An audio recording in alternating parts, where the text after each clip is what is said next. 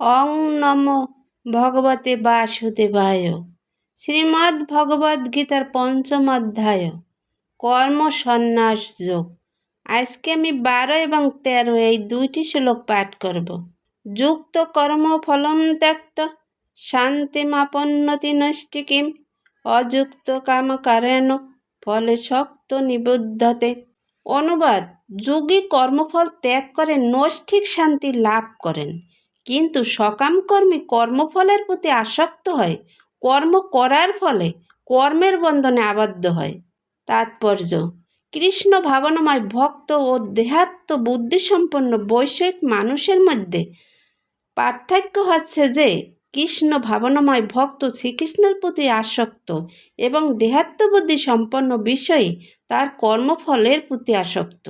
যে মানুষ শ্রীকৃষ্ণের প্রতি আসক্ত এবং তার প্রতি উৎপাদনের জন্য সমস্ত কর্ম করেন, তিনি অবধারিতভাবে মুক্ত পুরুষ, কারণ তিনি কখনোই কর্মফলের আশায় উৎকণ্ঠিত হন না।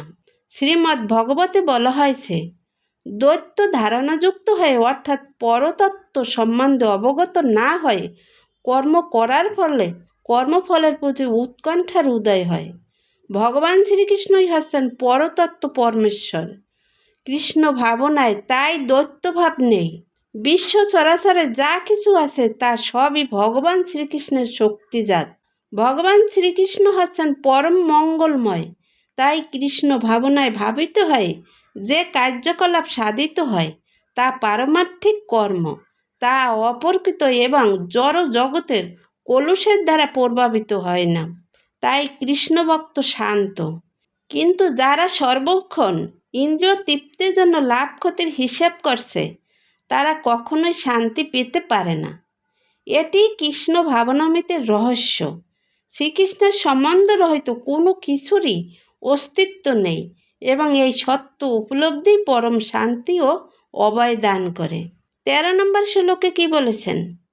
সর্বকর্মাণি মনসা সংন্যাস্যস্তে সুখম বসি নবধারে পুরে দেহি ন এব কুবন্ন ন কারওয়ান। অনুবাদ: সমস্ত কার্য করেও মনের দ্বারা সমস্ত কর্ম ত্যাগ করে জীব নবদ্বার বিশিষ্ট দেহরূপ গৃহে পরম সুখে বাস করতে থাকেন।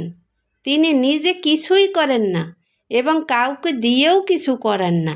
তাৎপর্য: দেহধারী জীবাত্মা ৯টি দ্বার বিশিষ্ট একটি নগরে বাস করে। দেহরূপী নগরটির কার্য প্রকৃতির বিশেষ গুণের প্রভাবে আপনা থেকেই সাধিত হয়। জীবাত্মা যদিও স্বেচ্ছায় এই দেহের বন্ধনে আবদ্ধ হয়ে পড়েছে, কিন্তু তবুও যদি সে ইচ্ছা করে তবে এর থেকে মুক্ত হতে পারে। তার দিব্য স্বরূপের কথা ভুলে যাওয়ার ফলে সে তার জড় দেহটিকে তার স্বরূপ বলে মনে করে নানা রকম দুঃখ কষ্ট ভোগ করে। কৃষ্ণ ভাবনামৃতের প্রভাবে তার যথার্থ স্বরূপকে পুনরুজ্জীবিত করার ফলে সে তার দেহ বন্ধন থেকে মুক্ত হতে পারে। জীব যখন কৃষ্ণ ভক্তে পরিণত হয় তখন তার দেহগত সমস্ত কর্ম থেকে সে মুক্ত হয়। এই ধরনের নিয়ন্ত্রিত জীবন যাপন করে যখন তার মনোবৃত্তির পরিবর্তন হয়, তখন সে মহা আনন্দে এই নবদ্বার বিশিষ্ট নগরীতে বাস করে। এই ৯টি দ্বার বিশিষ্ট নগরীর বর্ণনা করে বলা হয়েছে, নবদ্বারে পুরে দেহি হংস লীলায়তে বহি বসি সর্বস্ব লোকস্য স্থাবরস্য চরস্য চ। পরমেশ্বর ভগবান যিনি জীবাত্মার দেহে বাস করছেন, তিনিই হচ্ছেন বিশ্ব চরাচরের অধীশ্বর। দেহের ৯টি দ্বার হচ্ছে ২টি চোখ, ২টি নাক, ২টি কান, মুখ, উপস্থ ও পায়ু।